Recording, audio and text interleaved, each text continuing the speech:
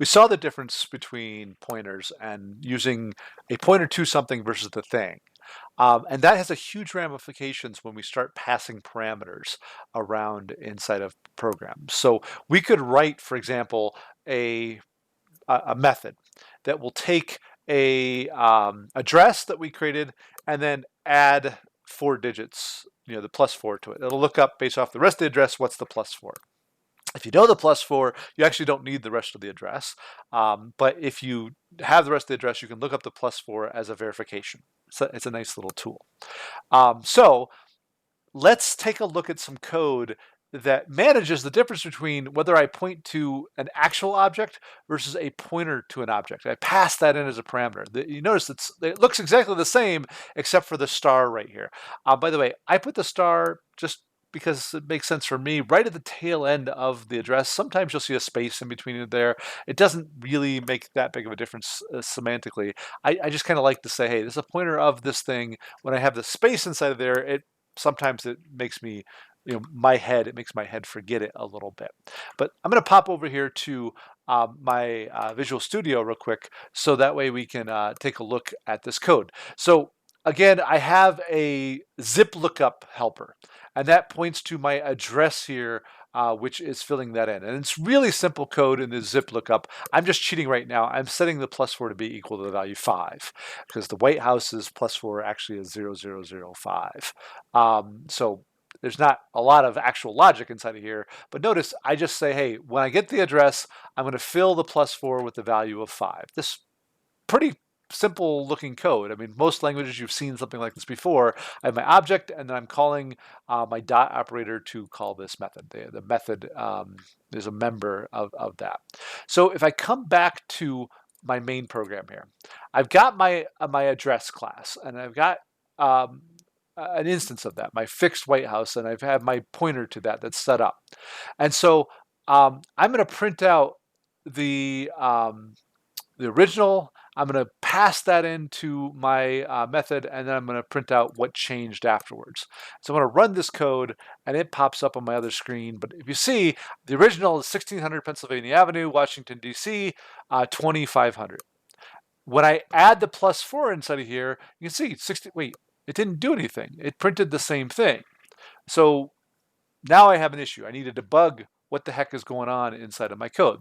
So let me take a look real quick at my implementation and make sure that I'm actually printing out the +4. Okay, well I am. I wrote the code. So if the +4 is greater than 0 and less than 10,000, so it's a valid +4, then I'm going to pad that out, which is going to print either 3, 2, 1, or no zeros in front of the value.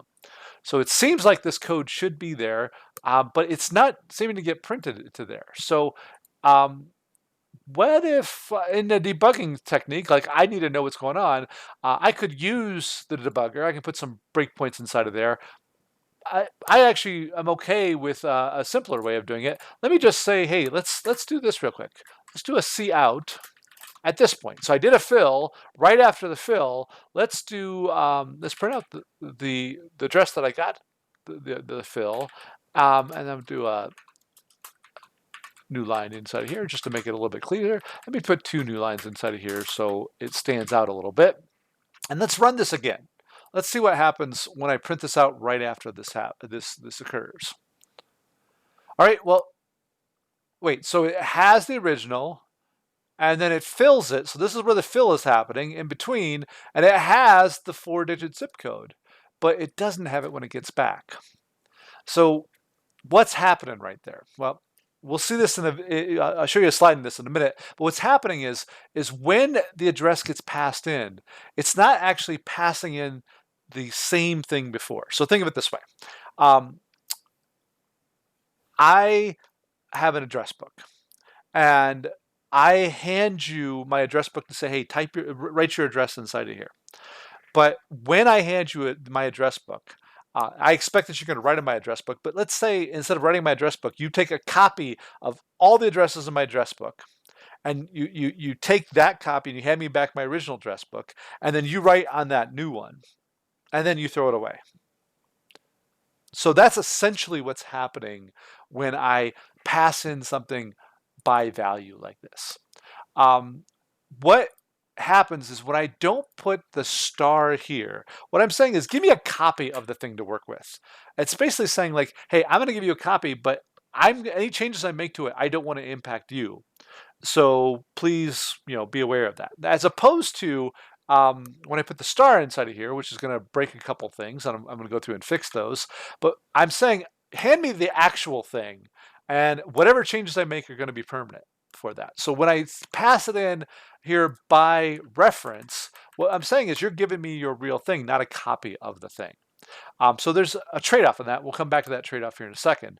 But here I can actually put that star in this method, and then it just keeps breaking things all the way down the line. So when I put the star inside of here, now all of a sudden it says expression must have class type. Well, what this is saying actually is there is a need to dereference this thing first. So I can do this. And what I'm saying is I take the pointer and I turn it back into the object, and then I can call it. And C++ actually gives us a shortcut for this. We saw a hint of this before. I don't have to do that. I can do the arrow operator, and that fixes my problem right here. So I'm going to get rid of this C out here because I don't need it at this point. But when I put this pointer here, then I use the arrow operator instead. We saw that in constructors and some of the examples we played with before. All right, so now I still have some problems. I got to go back to my address book, and some of this is not going to compile now. Because now you can see I can't pass in the star. I can't pass in the pointer to the pointer. I need to actually just pass in the pointer itself, pointer to the White House, which is it already is. I can just take the star out of there. And when I run this now, oops, sorry, you can see now it's actually changing the object that I wanted it to. So the differences here are pretty important. So let's talk about what they mean, by looking at the slides, return to the slides a little bit. So underneath pass by value, the way we started this program, I had the code with the address with no star. I'm passing it by value. Give me an object to be able to go off and copy and use that. So when I make the call, I'm dereferencing my White House object at this point. What happens is I make a copy of it, and that's what gets passed in.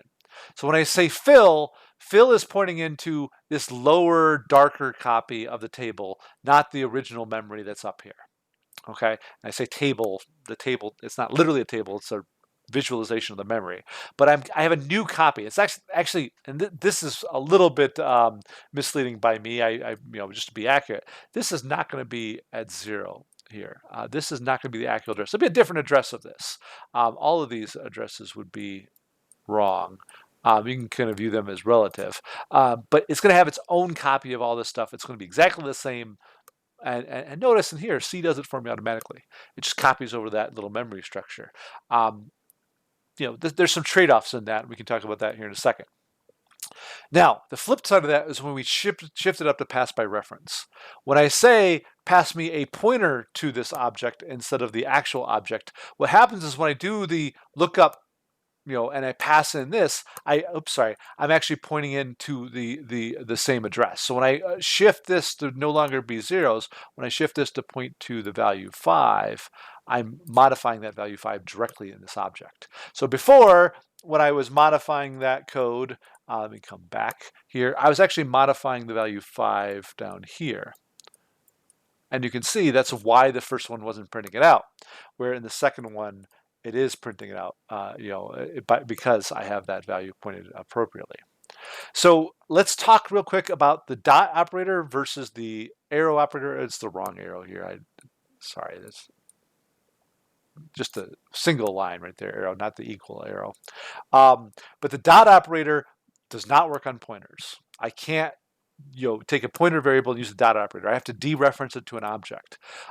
So the dot variable .xxxx, whatever that's going to be, the method call or an attribute will not work, but the cast of it, put the parentheses around it, star variable with parentheses around it, dot whatever will work, because I first dereference and then I use the dot operator to access the value that the pointer dereferences.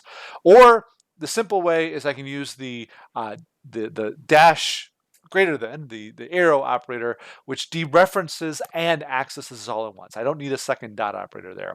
And the interesting thing about using the arrow operator is you can actually override the arrow operator if you wanted to change that behavior in some way. That's a good and a bad. If you don't want to allow somebody to change the behavior, you probably want to use the dot. The dot cannot be overridden. But if you want to have some cool flexible functionality, you can change that up a little bit. Um, so as far as design decisions, there is not a wrong use. In languages like Java and Python, everything is passed by reference. I'm sorry, passed by value. Excuse me. Everything in Java is passed by value. I can't pass a pointer to an integer. I can't pass a pointer to a Boolean. But ironically enough, all objects are passed by reference. I can never make a copy of an object by default. Java requires, if you're going to make a copy, to override the clone method or some other approach to doing that. So in some ways, C++ gives you a little bit more functionality. It'll automatically copy an object for you. But in other ways, it requires you to do a lot of extra thinking and manipulating on your own. You have to manage this stuff and make those decisions explicitly on your own. So when you're writing your code, you need to be really aware of the choices of how do you want these objects to be manipulated and how do you want to be passed along. But beyond that, it's just some things to remember. We'll come across this occasionally as we're working. So remember this, and we'll get some practice on it this week, and then it'll hopefully pop to mind when we encounter errors along these lines later on.